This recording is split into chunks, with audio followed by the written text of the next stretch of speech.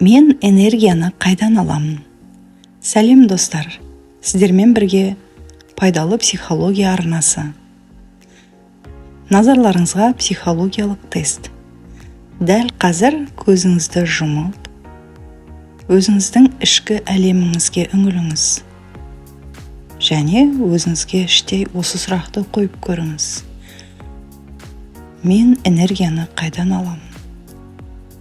Терең дем алып, дем шығарыңыз. Тағы да терең дем алып, дем шығарыңыз. Енді көзіңізді ашып, көз алдыңыздағы суреттердің ішінен көзіңізге бірінші түскен біреуін таңдап алыңыз.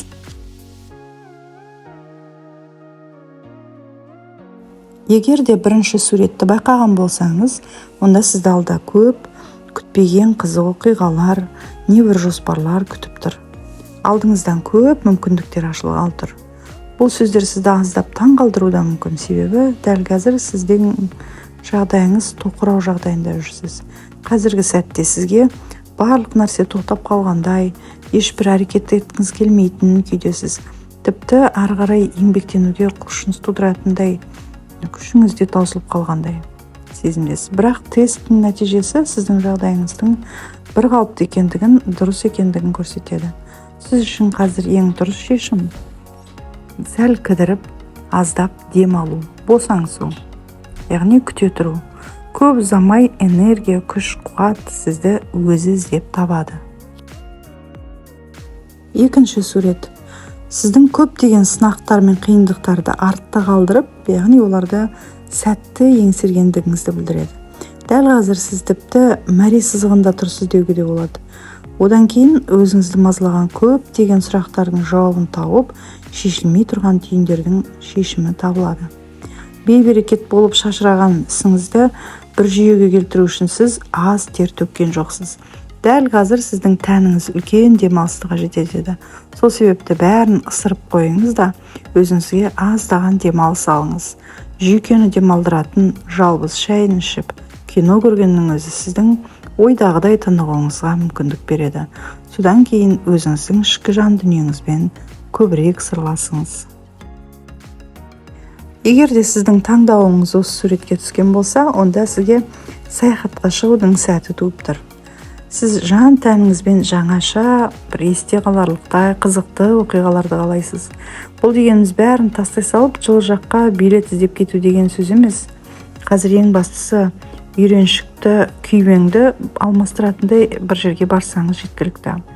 Біз әрдайым үйреншікті бір ортада белгілі бір әрекеттерді қайталай бергеннен, миымыз өзгеріс пен жаңалықты қабылдауға дайын болмай қалады. Жай ғана күнделікті сол бір әрекеттерді шартты рефлекс түрде қайталай бергеннен адам соған үйреніп алады. Күндердің бәрі біріне бір ұқсап кетеді де, адамды жалқаулық басып алады, бәрін кейінге шегеріп тастауға деген адамды тілек басып кетеді. Сол кезде адам бір ғажайыпты күтіп, табан астынан бәрі өзгеріп кеткенін күтіп жүре береді. Егер өзіміз әрекеттенбесек, ешқандай да ғажайып бізді өзі іздеп келмейді. Концертке билет алыңыз, өзіңіз тұратын жердің бұрын болмаған бір бұрышына саяхат жасап көріңіз. Бұрын барып көрмеген бір мекемеге барып көріңіз. Міне осының бәрі де сіздің өміріңізге дәл қазір керек болып тұрған өзгерістің лебін сезіндіре алады. Сіздің бұл суретті таңдауыңыз сіздің жаңа сынақтарға дайын екендігіңіздің белгісі. Бойыңызда күш қуат жеткілікті, көңіл күйіңіз де жақсы, оптимистік көңіл күйдесіз. Бәлкім жүрегіңіздің бір терең түбінде өзіңізге де білінер-білінбес эмоционалдық бір тоқырау сезілуі мүмкін. Бұндай бәрінде болады. Бұндай кезде адам өзін өзі түсінбей, басында тоқтаусыз ойлар ағымымен бетпе-бет келуі мүмкін. Бұндай жағдай адамның шаршағанын және ұйқысы қанбағанының белгісі. Сондай қарым-қатынастың аздығынан да болуы мүмкін.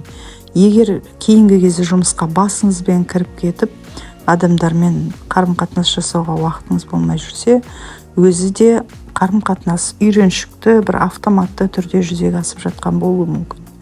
Бұндай қарым-қатынас кезінде адам ішкі сезіммен өзінің эмоцияларына үңіліп жатпайтыны онсыз да белгілі.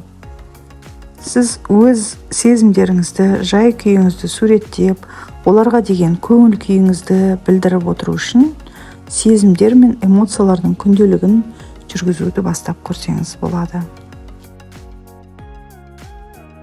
5-ші сурет. Сізге өзіңіз өндіріп шығаратын энергияға басар назар аудару қажет. Әр адамның өзінің ішкі ресурстарының көмегімен күш-қуатын арттыру қабілетіне ие. Мысалы, біреулер кітап оқу арқылы, енді біреу таза ауада серуендеу арқылы дегендей. Ал кейбіреулер ағып жатқан суға, жанып жатқан отқа қарағаннан да күш алады. Ал сіз өзіңіздің жеке күш-қуат арттырғыш затыңызды білесіз бе? Біраздан бері басыңызға бұлт үйірілгендей, сізге алға басуға қандай да бір кедергілерді сезініп жүрген болуыңыз мүмкін. Егер де солай болса, онда байбаламға салынудың қажеті жоқ. Бұл сіздің ішкі ресурстарыңыздың азайып бара жатқанының, оларды тезірек толтыру керектігі туралы сигнал болуы мүмкін. Өзіңіздің ішкі әлеміңізге жол табуға тырысыңыз. Сізге не нәрсе шабыт береді, не қызықтырады? Бәлкім бала кезден орындалмай келе жатқан армандарыңыз бар ма?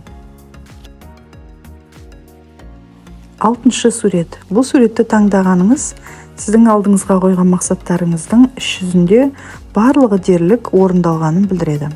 Бұған сіз әрине өте қуаныштысыз. Бәлкім енді аздап кідіріп, түк істемей демалу туралы ойлаған боларсыз. Әрине онда тұрған ештеңе жоқ. Тек сол жағдайда ұзақ тұрып қалмасаңыз болғаны. Сіз мақсатыңызға барар жолда немесе жұмыстың барысында бірталай шаршап та қалдыңыз. Жаныңыз бен тәніңіздің шаршағанын, сіздің бойыңыздағы ашушаңдықтың, уайым мен мазасыздықтың артқанынан білуге болады. Бұл өздігінен жоқ болып кете салмайтын ауыр эмоциялар. Олардан арылу үшін әдетте психологтар бір ауыздан тәнмен жұмыс істеу керектігін айтады. Сіз үшін ең пайдалы болатыны, ең жеңіл тәсілі бұл дене жаттығуларын жасау. Оған қоса толыққанды өмір салты, яғни дұрыс ұйқы, дұрыс тамақтану дегендей. Ал достар, егер де тест нәтижелері сізге ұнаған болса, пікірге ойыңызды жазып, лайк басып, және арнамызға тіркеле кетіңіз. Көріскенше күн жақсы болсын.